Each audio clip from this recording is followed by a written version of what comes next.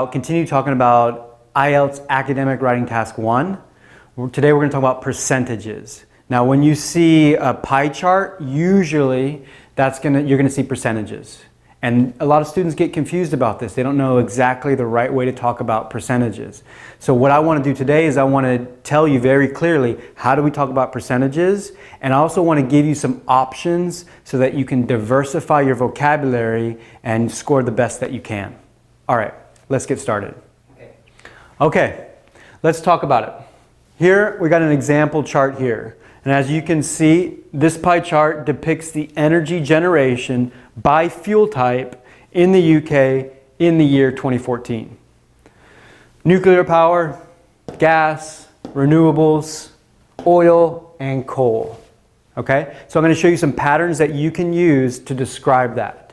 But before I do, I want to tell you something that applies to all of them. And it's about how you say, how do you write percent. Now, there's three different ways you can do it. You can say percent as one word, you can say percent as two words, or you can just write the symbol like that. All three are perfectly acceptable. And so I don't know if you know this, but percent means per 100, right? It's a Latin word. Cent is a Latin, comes from a Latin word. So percent means per 100. All right, let's get into the sentence patterns. So the first one, energy produced by oil accounted for 4% of the total energy in 2014, right? Pretty straightforward. Oil, 4%. Straightforward. Accounted for 4%. Next one, energy produced by renewables made up 15% of the total energy in 2014, right? I'm talking about the percentage, and I'm just using a different vocabulary for that. I can change this. Energy produced by oil made up 4% of the total energy. That's okay too. Next one. Energy produced by nuclear power constituted 22.5% of the total energy in 2014. That's constituted 22.5%. Same thing. You can plug in any of these numbers into these patterns. Constituted, made up, accounted for. Now here's something that you might want to look out, this dot, right? Some people say 22.5. Whatever you do, don't say 22.5. 22.5, okay? 0.5, 0.7, 0.6, point whatever. All right, next. Energy produced by coal comprised 28.4% of the total energy in 2014. Again, same thing. You can use comprised up here. Energy produced by oil comprised 4% of the total energy in 2014. You can swap them around, no problem. Last one, gas accounted for 30.1% of the energy production in 2014. So yeah, as you notice, this is the same pattern up here, but we're just showing that you can change what comes after it, right? You don't have to just say the total energy in 2014. There's ways that you can vary what comes after it as well. And that diversification of your vocabulary is going to demonstrate your ability to use the English language. Okay, so let's move on. Now we're going to talk about how do you compare two percentages, or talk about two percentages in one sentence. Let's look at a couple sentence patterns. Okay, so first off, let's look at this word, comprised.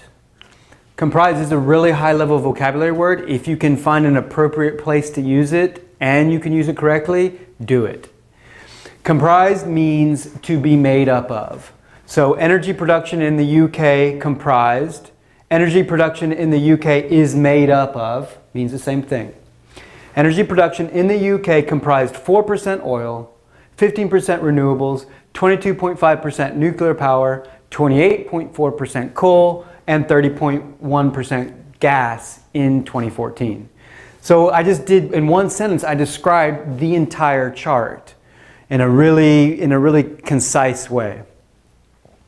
Okay, now perhaps you just want to talk about two percentages in one sentence, or maybe three. So there's a special word that you can use to do that, and that's respectively. So in 2014, coal and gas accounted for 28.4% and 30.1% of energy production in the UK, respectively. So this respectively means that these two numbers account for the two nouns that preceded it. So it went coal and gas, and so that means coal is 28.4 and gas is 30.1. Okay, so respectively allows you to talk about two distinct percentages in one sentence. But what if you wanted to combine them? Well, this is how you would do that. You combine these two numbers, and that is, what is that, 58.5%. And then here you change respectively, you would change that to collectively, right? In 2014, coal and gas accounted for 58.5% of energy production in the UK collectively. And that collectively is just a way to let us know that those two percentages have been added together. So now you got a way to talk about them separately and together. And if you can use that, that's going to help your score. All right, let's move on. Now, so we talked about percent, right? 5%, 20%, 26.4%. That's important to be able to talk about that. But some students make the mistake of talking about percentage, and they use it in the wrong context. So here's a way to remember it. Every time you say percent, it must have a number that comes before it. 25%, 27.4%. Percent must always be preceded by a number. Now, percentage is how you can kind of talk about a portion of something that's separate from the number. Let me show you what I mean. So the percentage of energy produced, right? So the chart is all about energy produced. And the percentage of energy produced by oil, okay, the percentage of energy produced by oil, I'm talking about that section right there, was 4% in the UK in 2014. So that's just one way to kind of separate the number from percent, right? 4% becomes the percentage was 4%. Means the same thing, right? So there's two ways to talk about percent there.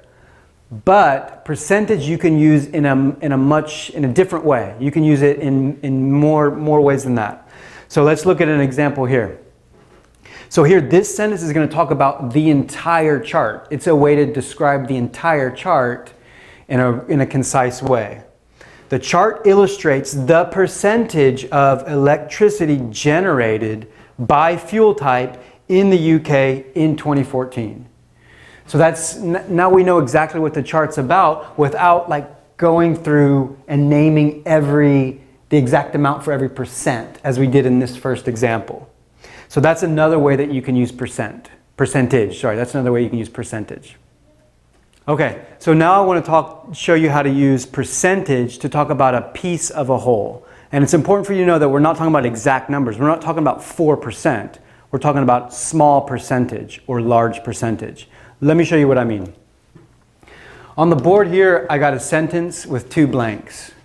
And the first one, you add the piece of the whole. So you can put renewables in here. You can put nuclear power.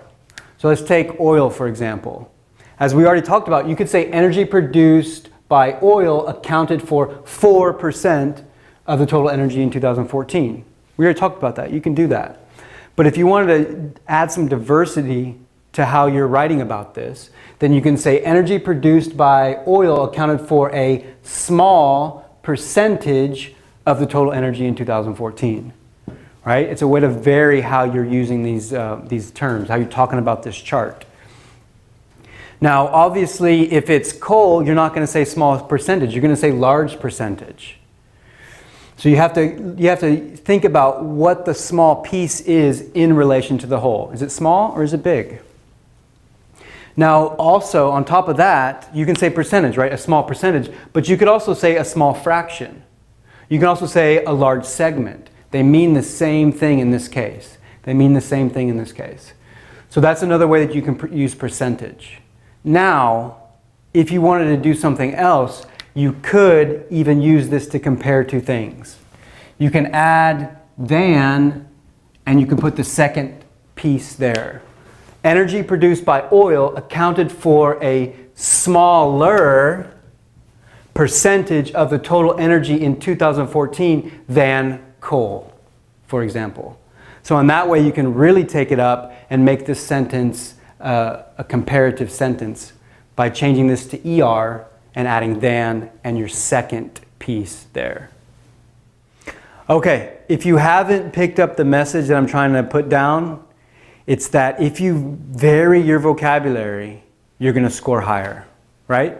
So now what I want to do is I want to show you a different way to talk about percentages. Okay? So here's the percentage and here's what you would say. Okay? So 10%, you can say 1 in 10. And then 1 in 10, and then you need to put a noun right here. 1 in 10 people, 1 in 10 schools, 1 in 10 countries. Now, if it's 20%, you can say 2 in 10. If it's 50%, you can say 5 in 10. If it's 70%, you can say 7 in 10. Okay? Just make sure you put a noun afterwards. And then moving on. So 20%, we also say a fifth. A fifth. Make sure you get that. A fifth. 25%, you can say a quarter or 1/4. So again, if it's 50%, you know, you could say 2 quarters. It would be a little strange. So you'd really say half. If it's 75%, you're going to say 3/4. 33%, that's a third. 40%, 2/5. Also, you can say 4 in 10. 50% is half. 60% is 3/5 or 6 in 10. Both are okay. 80% is 4/5. 90% is 9 in 10. Okay, so that's how you can use words to talk about percentages in a different way. Now here, 1 in 10 and then noun, right? So for the rest of these, you got to add of. A third of, and then you put a noun. A third of noun. A third of energy production. A fifth of air pollution, for example. Make sure you put of and then a noun. So I want to give you one more really useful vocabulary, and that means to be halved. Now when something's halved, it's dropped by 50%. It's cut in half. So you can say, right, is halved, was halved, were halved, are halved. You just conjugate to be into the proper form, and then you add halved. Okay, now let's look at some examples. So we got our words here, our percentages, and our words here. First example, according to the pie chart, and we don't have a pie chart, right? Just an example sentence. How much, what percentage of imports came from India? Now we want a word that means 75%, right? And so 75% is 3/4. So we can say, according to the pie chart, 3/4 of, and we got that of already there, of imports came from India. Next one. Oil accounted for what percent of electricity production? So we want something that means 80%.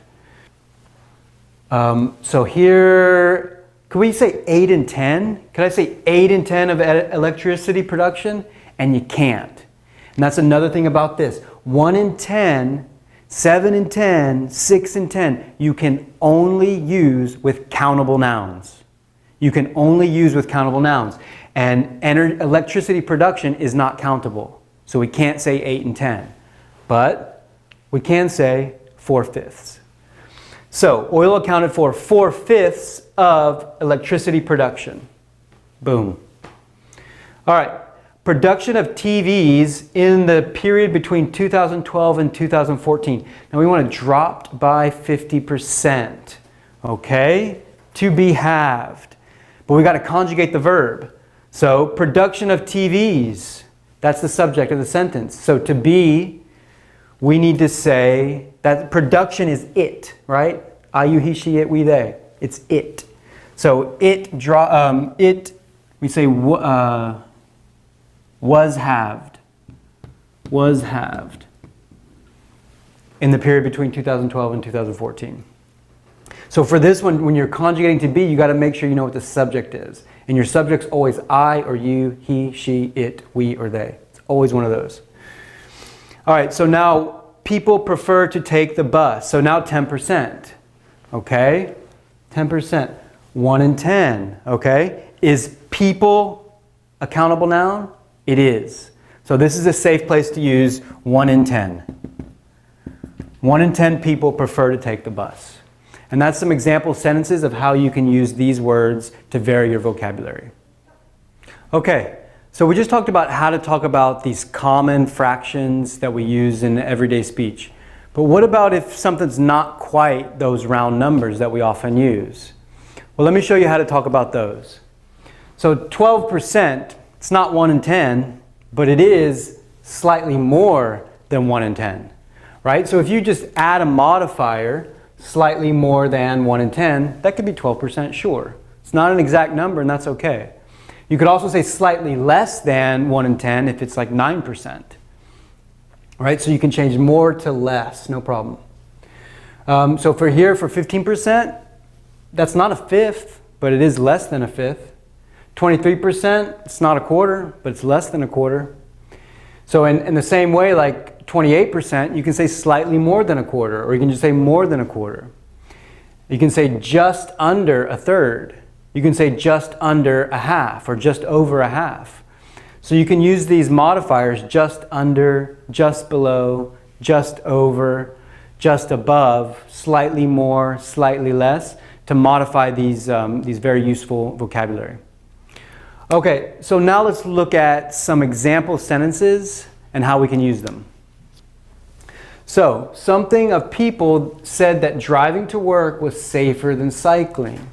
Well, it's 11%. It's not 1 in 10, but it is slightly more than 1 in 10. So we can put that in there.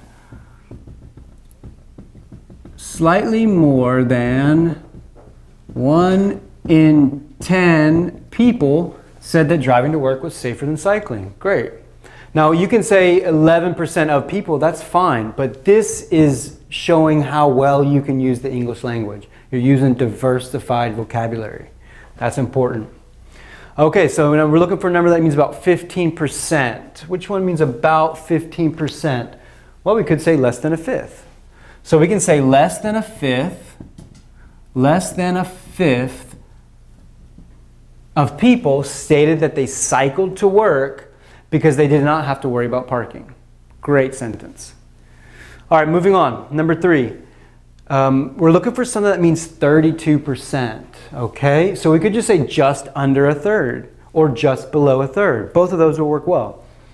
So we say the proportion of people stating that they cycled to work to reduce pollution stood at just under a third. Okay, that's great. Now, one thing to note about this sentence. Here we say proportion, and that's a great word. But you can also say percentage. The percentage of people. Great. All right, last one.